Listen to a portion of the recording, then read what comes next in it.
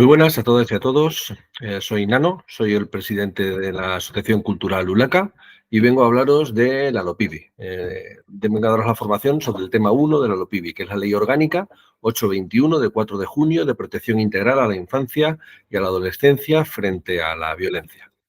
¿Qué vamos a ver en este tema? Bien, vamos a ver una pequeña introducción donde hablaremos de unos conceptos básicos que se recogen en la ley, sobre cuáles son los aspectos claves de la LOPIBI, o sea, qué es la LOPIBI, sobre los fines, la formación y la cooperación entre entidades, o sea, el por qué y para qué de esta ley, y de las obligaciones, a qué nos obliga la LOPIBI.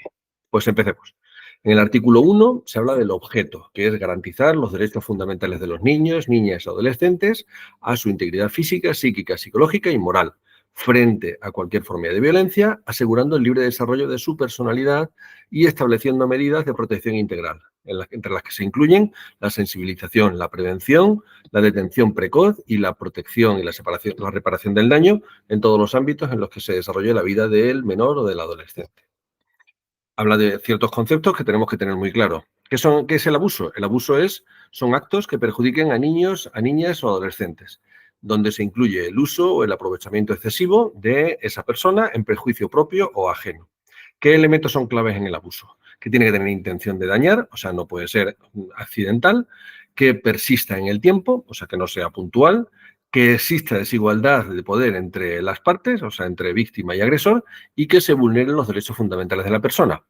Establece dos tipos de abuso, el abuso presencial o el abuso de toda la vida o el abuso virtual, cuando se realiza a través de dispositivos electrónicos o nuevas tecnologías, tipo el ciberacoso. ¿Qué es el acoso? Pues el acoso es el trato hostil o vejatorio de forma sistemática, en este caso contra menores o adolescentes. Puede causar daños psicológicos o físicos y persigue infundir miedo, intimidación y terror. Estamos hablando de que no es puntual, excepto siempre que no sea acoso sexual, cuando en una sola ocasión ya está considerado como acoso sexual.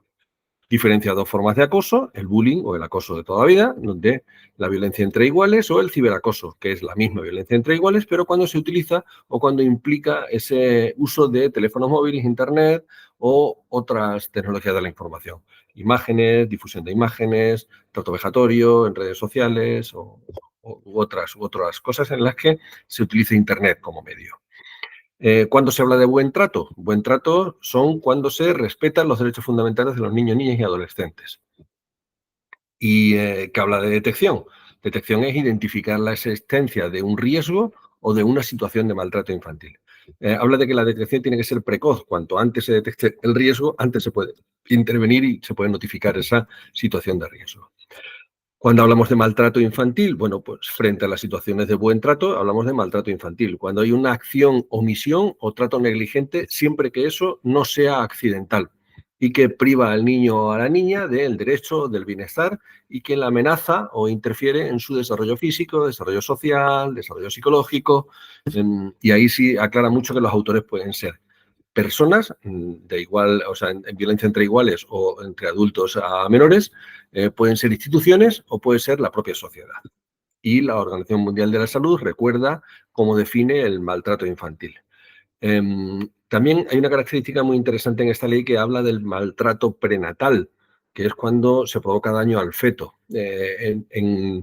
Lo tiene en igual consideración que el maltrato postnatal, cuando también hablamos de ese maltrato físico, ese maltrato psicológico, ese consumo de drogas en el embarazo. O sea, bueno, esas situaciones también las marcan en la ley como maltrato.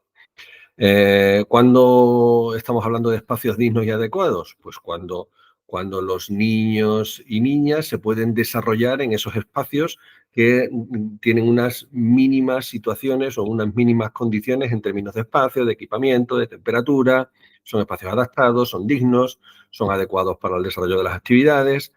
Y esa serie de espacios establecen entornos seguros, que es donde se respetan los derechos fundamentales de los niños, niñas y adolescentes, incluyendo el ambiente protector físico, psicológico, social y el entorno digital. Entre esos entornos habla de la familia, de los centros educativos, del ámbito deportivo, pero bueno, ya iremos viendo en qué artículo habla de cada uno de los casos.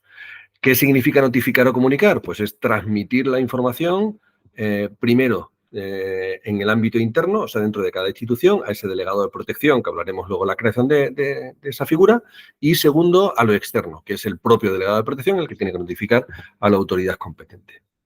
En el artículo 2 se habla de que los destinatarios o el ámbito de aplicación es personas menores de edad, independientemente de la situación administrativa o de la nacionalidad, siempre que se encuentren en territorio español. Y de las obligaciones que establece la ley, es exigible a todas las personas, tanto físicas como jurídicas, públicas o privadas, que trabajen con menores dentro del territorio español, ya sean españolas o no. Con lo cual nos atañe absolutamente a todos. ¿Cuáles son los aspectos claves de la LOPIVI? Bueno, pues la LOPIVI combate la violencia sobre la infancia y la adolescencia desde una multidimensión, o sea, detectando factores de riesgo y cuáles son las consecuencias de esa violencia. Otorga prioridad a la prevención, la socialización y la educación. Establece medidas de protección, de detección precoz, de asistencia, de reintegración y habla de la recuperación de la víctima, o sea, trabajar no solo con el agresor, sino también con la víctima, con lo cual crea un nuevo paradigma de prevención y atiende al derecho de los niños, niñas y adolescentes de no ser objeto de ninguna forma de violencia. Y esto en todos los títulos. En el título 1 se recogen los derechos de los niños, niñas y adolescentes, entre los que se incluyen el derecho a la información, asesoramiento, hay la intervención en el proceso judicial o la asistencia pública gratuita o jurídica gratuita.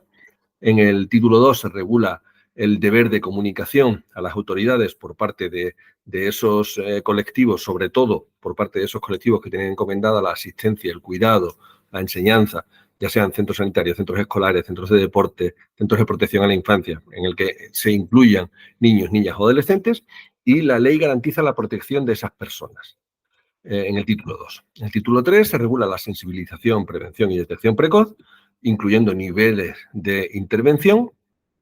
Y en el artículo 9, que es el que está dedicado al ámbito del deporte y el ocio, es el que más nos interesa a nosotros, donde habla de la figura del delegado o delegada de protección. Eso ya os lo comentará algún compañero posteriormente. El título 4 es la organización administrativa.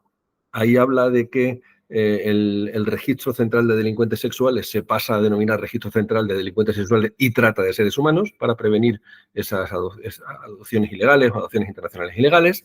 Se introduce una definición de qué se entiende por profesional que implica contacto habitual con menores y adolescentes. Entonces, habla pues de que esa intervención no tiene que ser ocasional, sino que tiene que ser de manera continuada. ¿Por qué y para qué? ¿Cuáles son los fines? Bueno, pues en el artículo 3 habla de los fines, en el artículo 5 habla de la formación que tienen que recibir las personas y en el artículo 8 de esa colaboración público-privada que tiene que existir. Los fines. Se garantiza la implementación de medidas de sensibilización, de prevención y de detección precoz de la violencia. Se refuerzan los conocimientos y habilidades por parte de los profesionales para la promoción del buen trato. Se refuerza el derecho de los niños y las niñas a ser escuchados, a ser escuchadas sus opiniones cuando estamos hablando de juicios o de situaciones de maltrato y evita la victimización secundaria. Y fortalece ese marco civil y penal, aunque todos estos derechos y deberes venían recogidos en el Código Civil, en diferentes leyes de protección a la infancia, lo que hace la ley esta es refundir todos esos casos.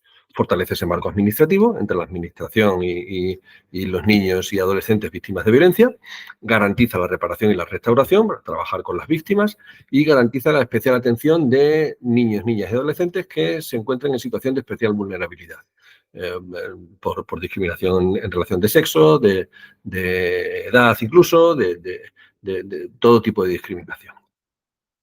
Quiere la erradicación de cualquier tipo de discriminación, es lo que comentábamos antes, aporofobia, exclusión social, por razones de enfermedad, por razones de discapacidad, por circunstancias personales, sociales, y garantiza la acción coordinada entre entidades privadas y administraciones públicas. Quiere abordar y erradicar la violencia contra la infancia. Se establecen unos protocolos de intervención para crear esos entornos seguros y para intervenir en situaciones de violencia y protege la imagen del menor desde su nacimiento hasta su fallecimiento. ¿A qué te obliga la formación? Pues a que la administración pública facilite esa formación, es lo que estamos haciendo nosotros. ¿Y en qué? Pues formación en prevención y detección de formas de violencia, en cómo actuar, en seguridad, en el buen trato, en identificar esos factores de riesgo y esa exposición a la violencia y en esos mecanismos para evitar la victimización secundaria. Y eso es labor de la administración pública, garantizar que todo el profesional que trabaja con menores recibe esa formación específica. Por eso vosotros estáis recibiendo este tipo de formación. Tienen que tener en cuenta la perspectiva de género y las personas con capacidades diferentes. Y en cuanto a la colaboración público-privada, el fin último es la prevención, detección e intervención con todos los agentes sociales que trabajen con la infancia a través de las nuevas tecnologías, de los cuerpos y fuerzas de seguridad del Estado, de los medios de comunicación, o sea, de toda la gente que trabaje en entornos donde se desarrollen actividades con infancia y adolescencia. Y por último, ¿a qué nos obliga la ley? Bueno, nos obliga a, en el artículo 15, el deber de comunicación. Toda persona está obligada a comunicar esa situación que es de riesgo o es de maltrato. La atención tiene que ser inmediata y cualificada, o sea, que es especialmente exigible a los que tengan encomendada esa asistencia, o sea, a las personas que trabajen directamente con, con los niños, niñas y adolescentes.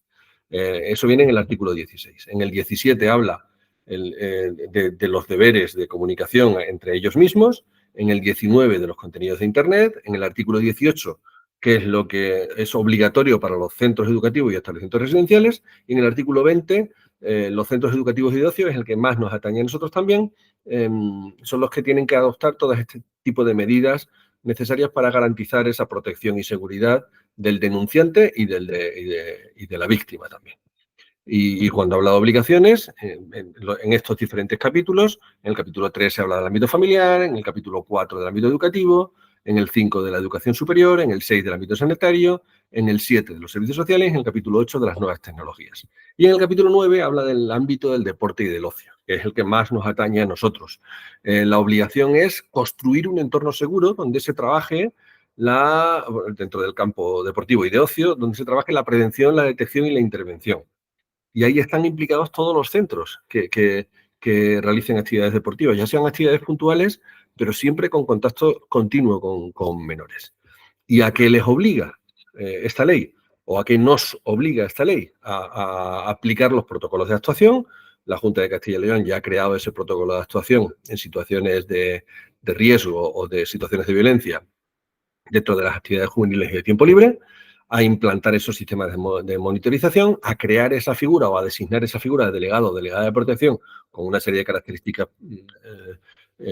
muy marcadas que hablarán otros compañeros y, sobre todo, a reforzar esas comunicaciones, esas relaciones de comunicación entre todas las organizaciones y la administración central, fomentando también la participación de los niños que, valga la redundancia, participan en esa serie de actividades. ¿Quiénes están obligados? Todos los que trabajen en entidades tienen que recibir formación específica. Por eso vosotros estáis recibiendo esta formación específica para también trabajar la no discriminación y el fomento del deporte inclusivo, de las actividades de ocio inclusivas.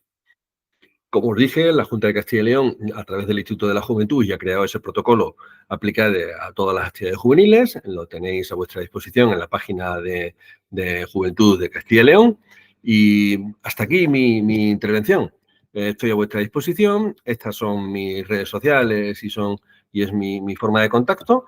Y nada, buen trabajo, buena formación y hasta la próxima.